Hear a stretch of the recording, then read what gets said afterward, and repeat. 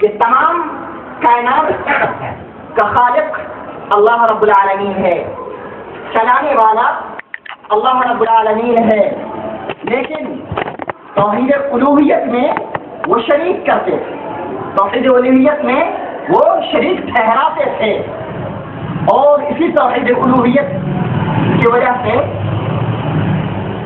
لوگوں میں آپس میں لڑائیاں ہوئی، جنگیں ہوئی، اور تمام انبیاء علیہ الصلوۃ والسلام پریشانیوں میں مبتلا کیے گئے، آزمائشوں میں مبتلا کیے گئے، ان کے اوپر طرح طرح کے مصائب و آلام توڑے گئے۔ حضرت نوح علیہ الصلوۃ والسلام کو اللہ رب العالمین نے ان کے قوم کے اندر بھیجا۔ کیا کہا اللہ رب العالمین نے؟ وَلَقَدْ أَرْسَلْنَا نُوحًا إِلَىٰ قَوْمِهِ فَقَالَ يَا قَوْمِ اعْبُدُوا اللَّهَ مَا لَكُم مِّنْ إِلَٰهٍ غَيْرُهُ۔ ہم نے نوح علیہ الصلوۃ والسلام کو ان کے قوم کے درمیان، ان کے قوم کے اندر بھیجا۔ وَلَقَدْ أَرْسَلْنَا نُوحًا إِلَىٰ قَوْمِهِ فَقَالَ يَا قَوْمِ اعْبُدُوا اللَّهَ۔ فقال، کہا اے میری قوم، یا قوم، فقال یا قوم اعبدوا اللہ، اے میری قوم ایک اللہ کی عبادت کرو، ایک اللہ کی پرستش کرو، ایک اللہ کی بندگی کرو۔ فقال یا قوم اعبدوا اللہ ما لکم من الہ غیرہ، اس کے سوا کوئی معبود نہیں، اس کے سوا کوئی خالق و مالک نہیں، اس کے سوا کوئی غفور و رحیم نہیں، اس کے سوا کوئی ارحم الراحمین نہیں۔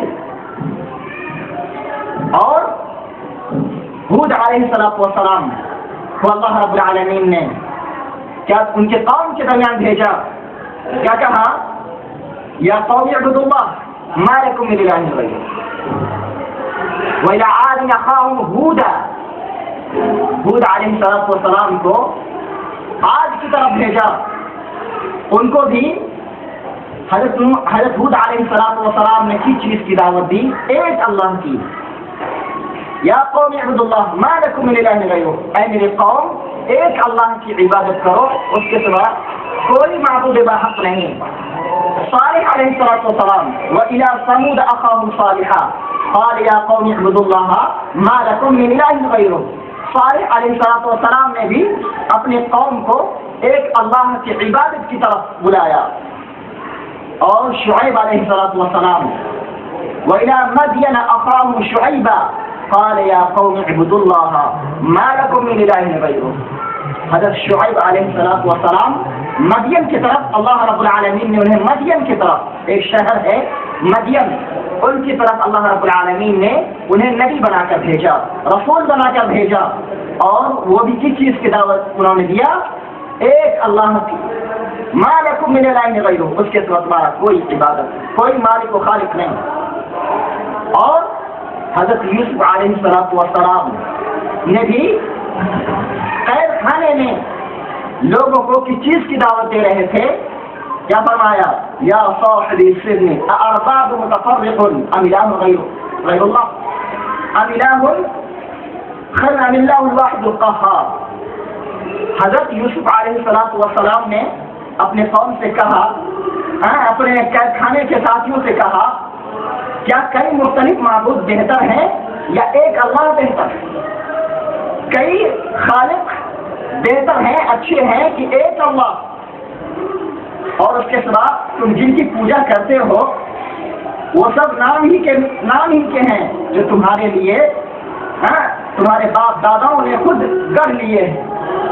اللہ کے سوا جتنے بھی معبود ہیں وہ تمہارے باپ دادا اپنی پوجا کے لیے، اپنی پرستش کے لیے گڑھ لیے۔ تو تمام انبیاء علیہ السلام نے سب سے پہلے کس چیز کی دعوت دی؟ ایک اللہ کی عبادت کی طرف، ایک اللہ کی عبادت کی طرف دعوت دیا، ایک اللہ کی پرستش کی طرف دعوت دیا۔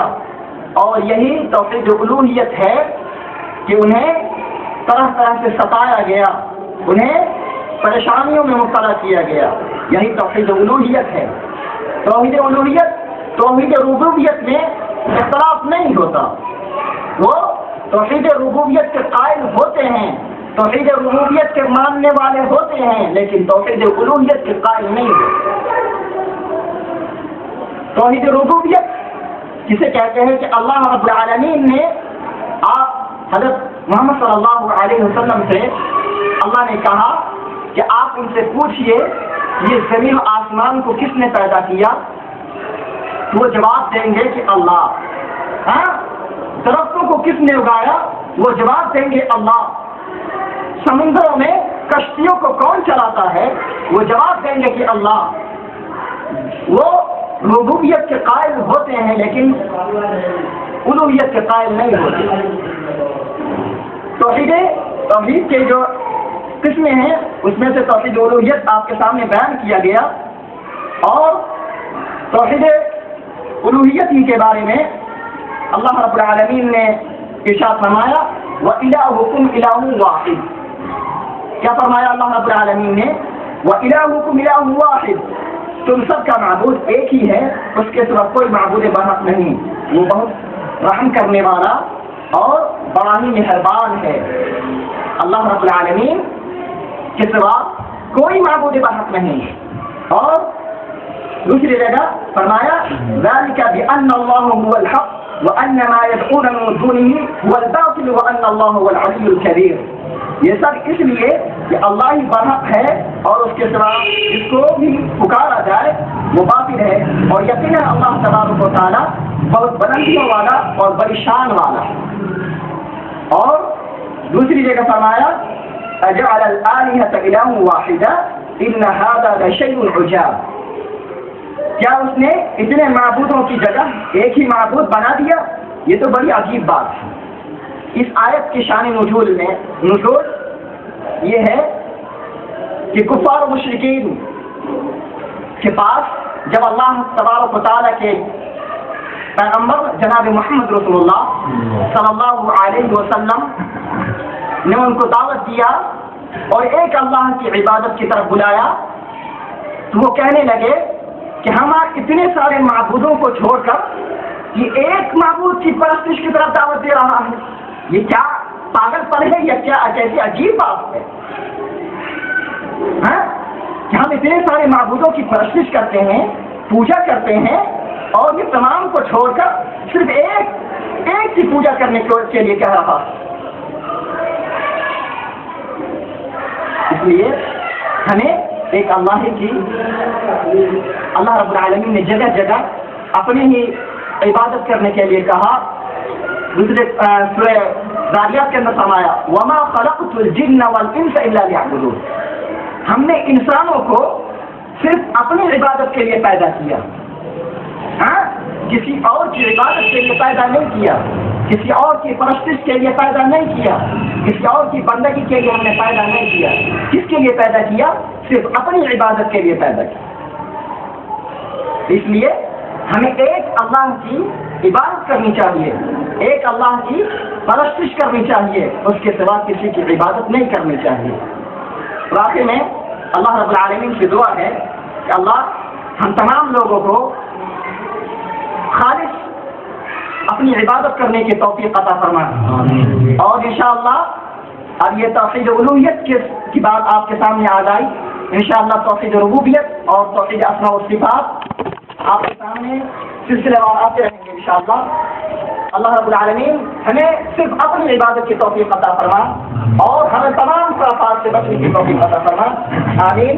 وما علینا الا البلاغ۔ السلام علیکم ورحمۃ اللہ وبرکاتہ۔